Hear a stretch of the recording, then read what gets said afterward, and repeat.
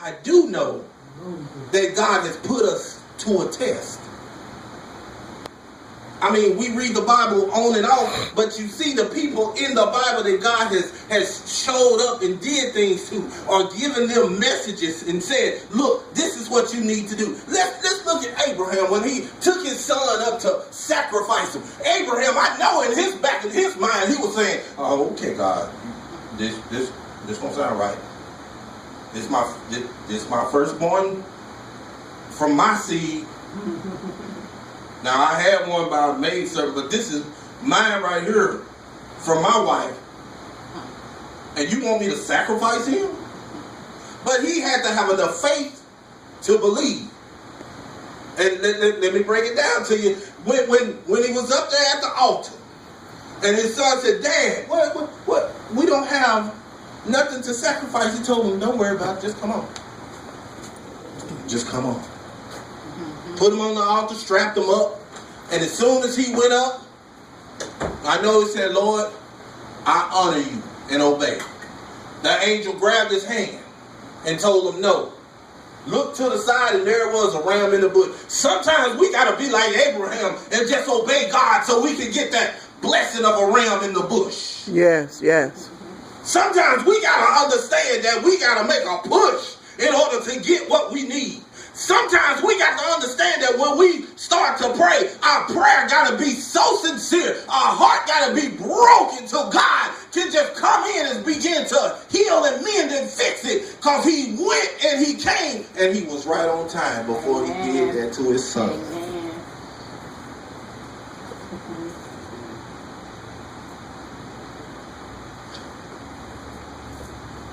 And he said to her, Martha said to him, I know that he will rise again in the resurrection at the last day.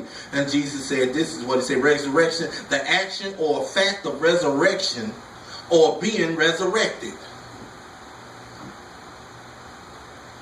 For those who believe are physically dead, he is the life for those who believe and have not yet died. When Jesus asked Martha if she believed, she responded with words similar to the ones John used and described the purpose of his book. In order to have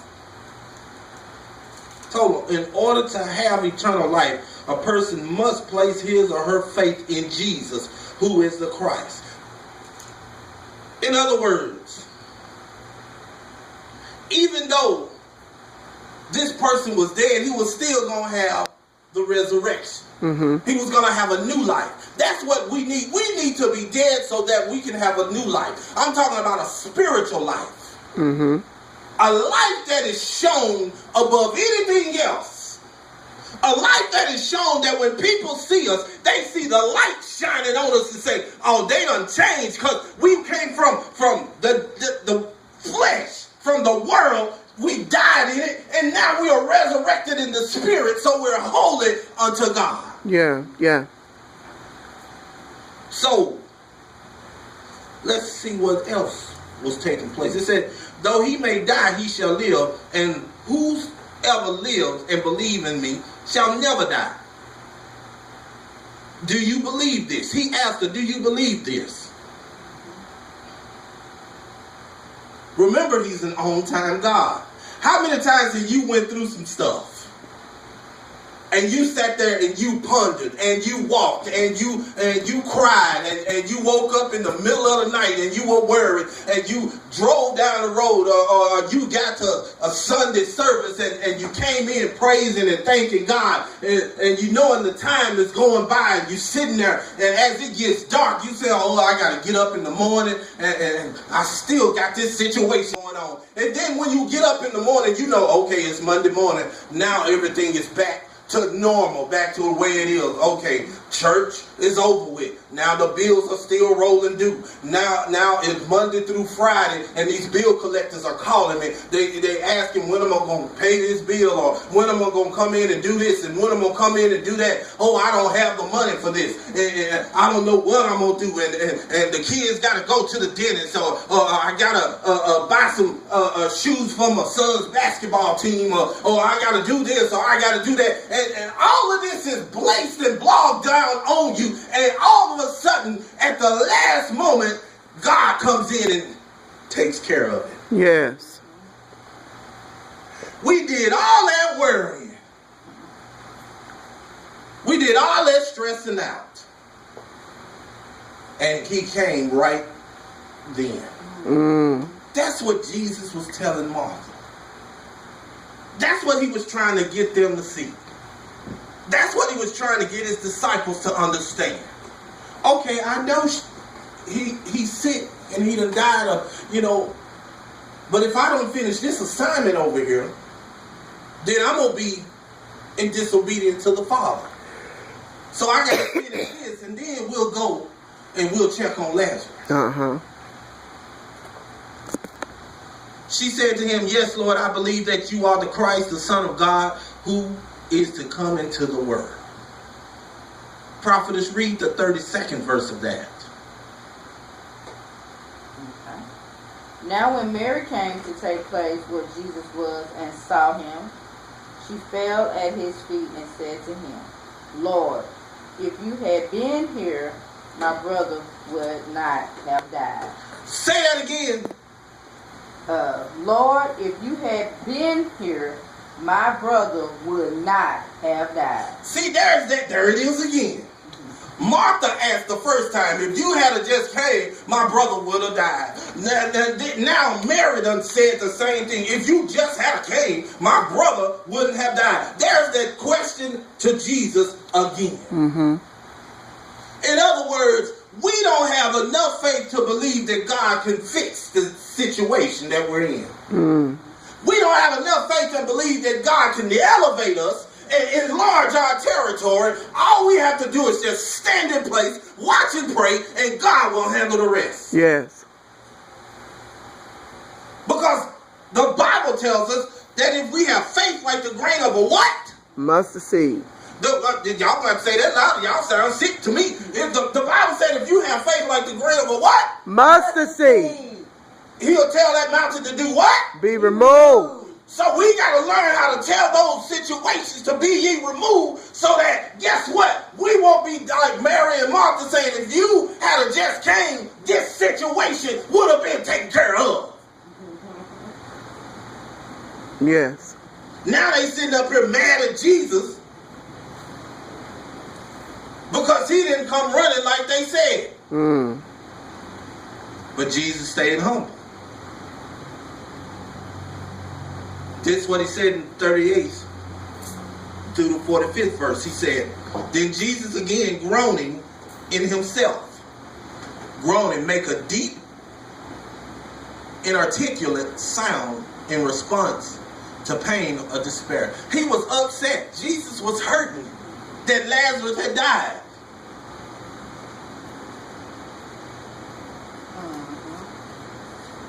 Well, this is so funny. I mean, this is what God gave me. And I was sitting up there wondering why, Lord, why you give me this? And my mind started wondering. And I could see a picture of myself going to the mailbox, getting all the mail out, and be like, electric bill, water bill, loan statement.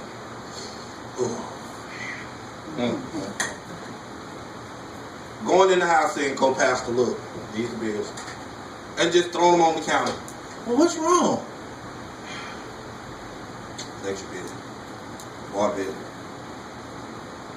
I mean, it's that groan and that pain and that deep sigh that we have when we, but our mindset is only focused on those bills. Only focused on, oh, it's a shut-off notice. Only focus on I don't have the money. Only focus on what are we gonna do this week for food. Only focus on we both need gas in our truck to get to work for the week. That's all we're focused on. But what about us saying, Lord, I know you can work this thing out. I know. Amen.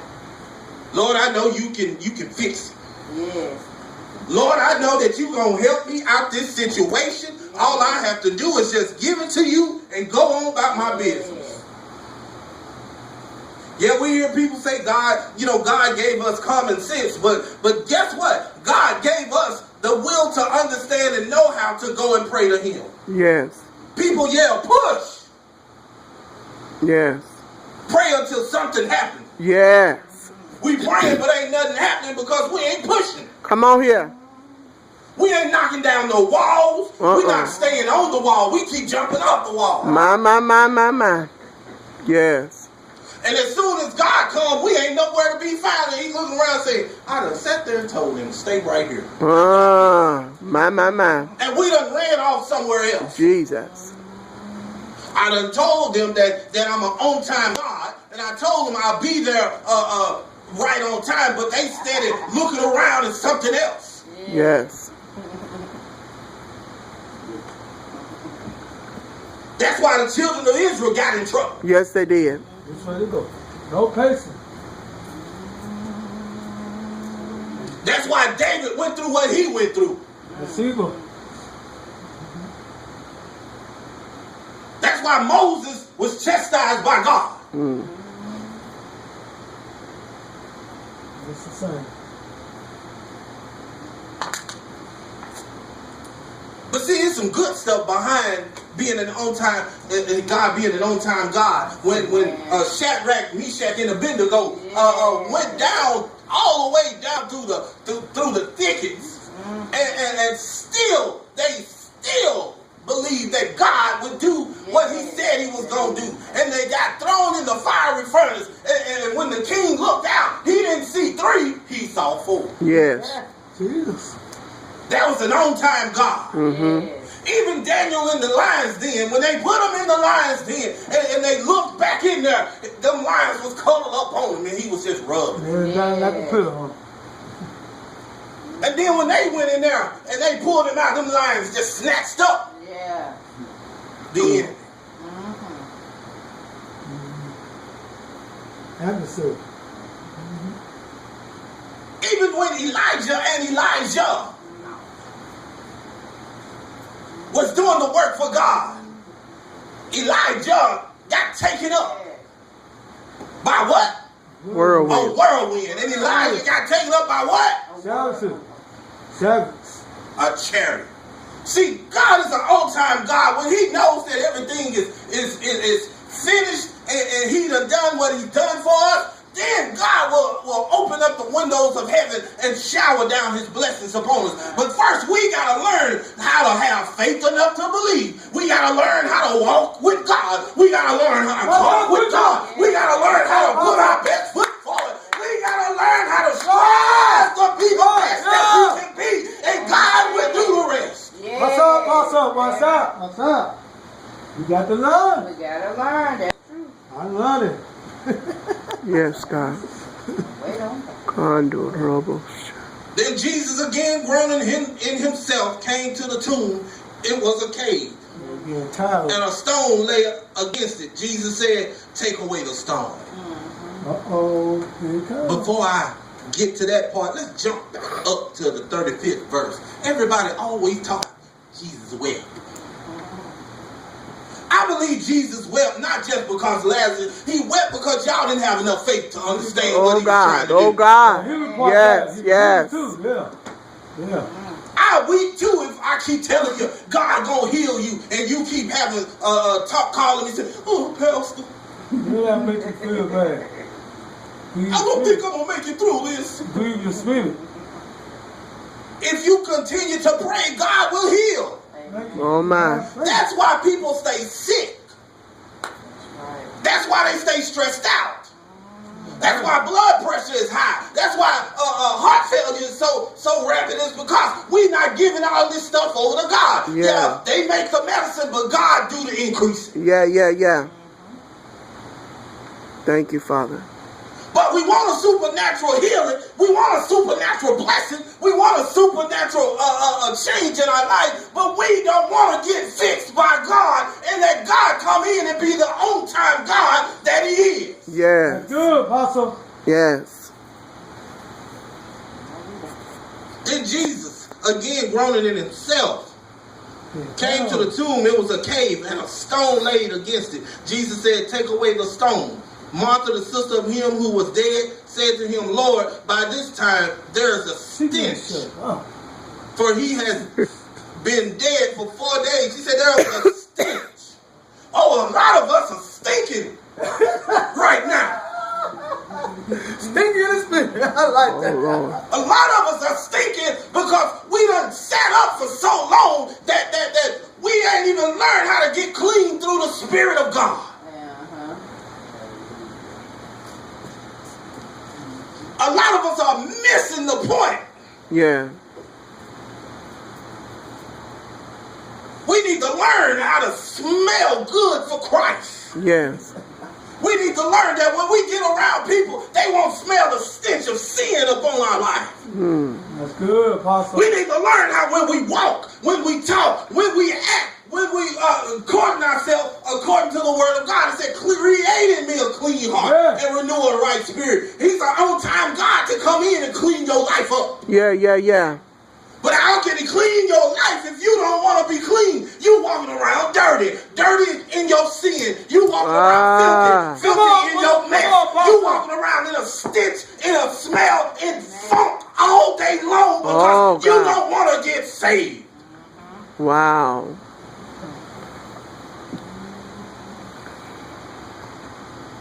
Jesus said to her, did I not say to you that if you would believe, you would see the glory of God? He told her again, see, she still got a little attitude. We got an attitude with God. Why you getting mad at God because you ain't doing what you supposed to do? Wow.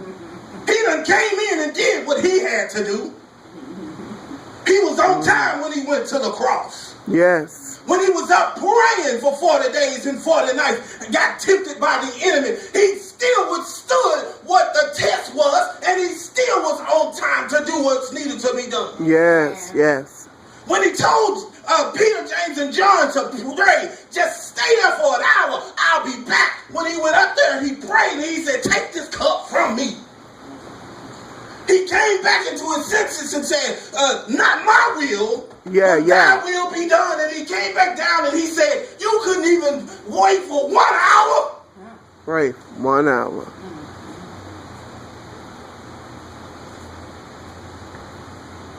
One hour.